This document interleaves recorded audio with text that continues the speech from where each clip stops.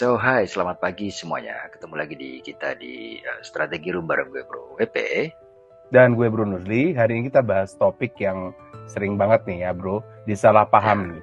Nah banyak perusahaan bilang kita harus efisien. Nah, kemarin kita bicara tentang bagaimana kita mau efisiensi dan sebagainya. Atau misalnya ada perusahaan kita mau jadi yang paling murah gitu ya. Produknya pokoknya harga pasar paling murah deh. Tapi mereka nggak ngerti nih konsep besarnya bagaimana. Itu gak bro? Ya, betul. Tapi sebelum kesana kayaknya gue mau ini dulu ya bro. Kita ngucapin turut berduka cita buat saudara-saudara kita di Sumatera Utara dan Sumatera Barat ya. Atas sama Aceh, sama Aceh ya. Ya betul. Semoga teman-teman saudara-saudara kita di sana diberikan kekuatan ya dan segera pulih kembali itu. Amin. Ya. Betul. Ya. Oke, jadi hari ini kita akan ngomongin mengenai cost leadership gitu ya, karena cost leadership ini bukan satu hal yang sifatnya murahan, hanya sekedar cutting cost, tapi juga satu hal yang secara strategi ini bisa kita ukur dan terstruktur nantinya, bro.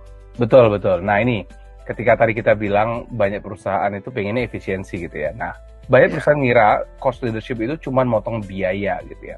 Ada layoff atau PHK gitu ya, pangkas OPEX gitu kan.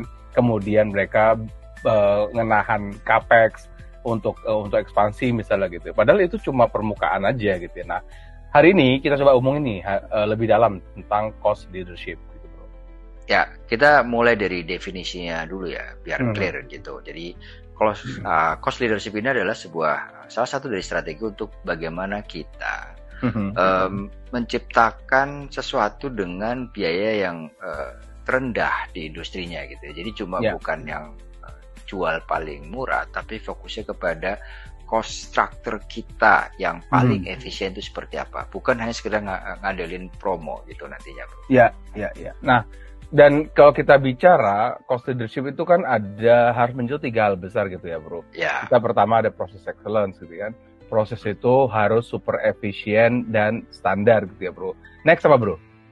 Nextnya adalah kita pakem daripada cost leadership adalah economic of scale. Jadi scale ini harus bisa memberikan scaling advantage-nya apa. Makin besar volumenya, tentu cost per unitnya akan menjadi lebih rendah lagi gitu kan bro. Betul. Nah berikutnya itu kita harus memanfaatkan teknologi dan tentunya ada automation gitu ya. Kita pakai teknologi untuk nurunin cost tanpa nurunin kualitas gitu bro.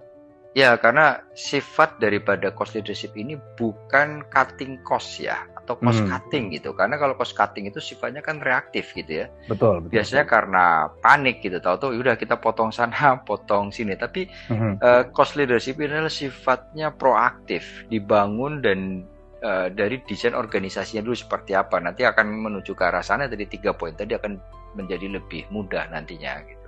Benar. Nah, kalau kita tadi bicara cost leadership itu tidak sama dengan cost cutting ya. Tapi bukan berarti juga bahwa cost leadership itu kualitasnya rendah. Toyota itu contohnya ya, Toyota itu efisien tapi kualitasnya tinggi gitu ya. Amazon efisien tapi customer experience-nya top gitu ya. Itu salah satu di antara contoh-contohnya gitu loh, bro. Ya, jadi key point daripada cost leadership ini adalah konsistensi ya, bukan one time action gitu loh, bro. Oke. Kalau kita bicara tentang contoh real case bisnis gitu ya, atau real business case gitu ya, kita ambil contoh perusahaan TBK yang relevan gitu. Contoh yang kemarin kita coba gali lebih dalam, Indofood gitu ya.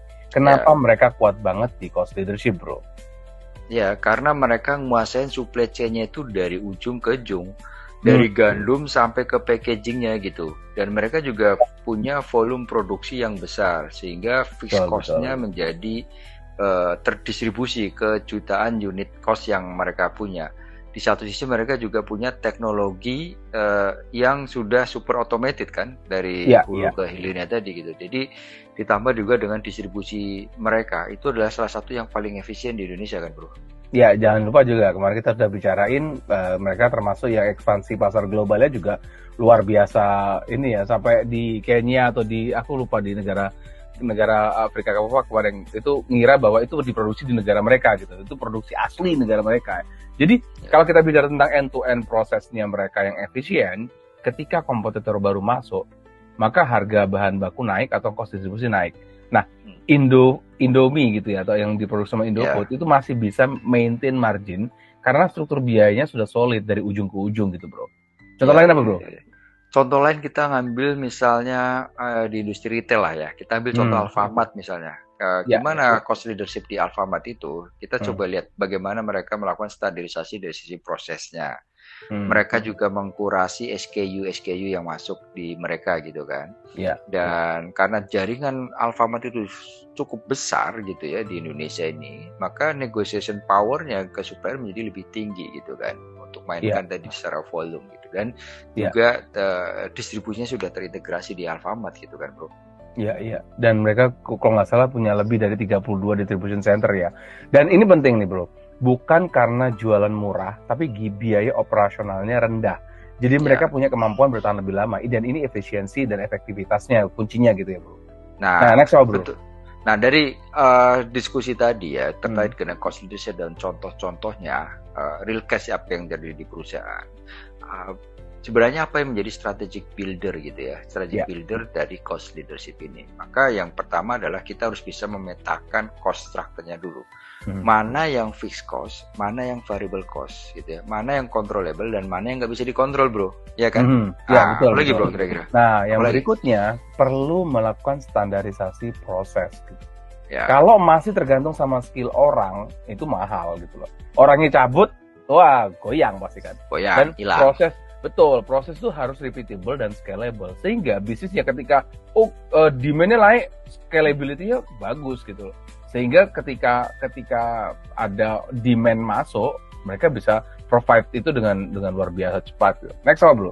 Iya, dan berikutnya adalah jangan ragu untuk investasi di teknologi kan. Untuk apa? Untuk bikin automation-nya kan, untuk bikin sistemnya sehingga nanti bisa menjadi lebih efisien lah. Contoh bisa makan waktu, motong waktu kerja misalkan 30-40% misalnya ya gitu ya dari waktu kerja yang normal tanpa adanya teknologi kan bro gitu. Apalagi bro? Nah yang berikutnya jangan lupa ada sentralisasi fungsi yang repetitif gitu.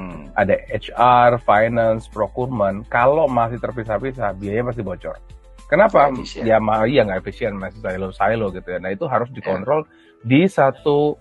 Kalau di perusahaan yang aku tahu itu biasanya di Chief Financial Risk Management, CFRO gitu ya, Chief Financial Risk Officer gitu. Itu yang mengontrol ada HR, ada finance, ada procurement, itu di bawah itu karena harus disentralisasi gitu fungsinya. Kalau nggak gitu ya faktor resiko tadi kalau masih terpisah-pisah ya pasti akan ada biaya-biaya yang bocor. Gitu. Next bro.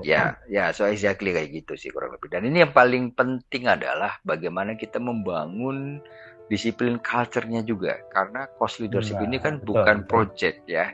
Project itu kan ada start ada end. Tapi ini adalah sebuah budaya atau culture gimana semua orang itu harus bisa mikir terkait dengan cost consciousness ini tanpa adanya kehilangan kualitas service yang akan kita berikan ke customer kita kan bro. Iya, karena ya itu tadi, karena bukan proyek, nggak ada start, nggak ada end-nya, tapi karena budaya, maka itu harus continue gitu kan. Nah, kalau kita lihat tadi sebagai penutup ya, cost leadership itu bukan strategi murahan ya, dan itu merupakan fundamental yang bikin perusahaan jadi lebih tahan banting, apalagi di tengah kompetisi yang mungkin mereka terjunnya di red ocean gitu, wah itu luar biasa itu berdarah. Gitu bro. Iya, dan perusahaan yang kuat bukan perusahaan yang paling mahal, tapi perusahaan yang paling efisien gitu ya. Dengan perusahaan yang efisien dan masih bisa mendeliver value yang solid ke customer kita nanti at the end of the day-nya kan. Betul. Nah, next episode kita apa nih? Kita mau buka di sini atau gimana bro? Nanti aja biar penasaran. Kita bikin lagi hal yang lain. Apa yang pasti akan lebih menarik on top of dari sisi cost leadership karena masih ada strategi yang lain. Kita akan bahas satu persatu. Betul. Nah, jangan lupa like, comment, subscribe. Kita punya YouTube channel, kita ada LinkedIn channel juga. Silakan apabila ada rekan-rekan sekalian baik di LinkedIn maupun di YouTube yang mungkin ada ide, ada pertanyaan, ada sesuatu yang ingin kita diskusikan bareng, silakan langsung masukkan aja di kolom komentar. Oke, saya rasa cukup sekian. Stay tune, sampai ketemu di episode berikutnya. Bye, Cheese. Bye, Cheese. Thank you.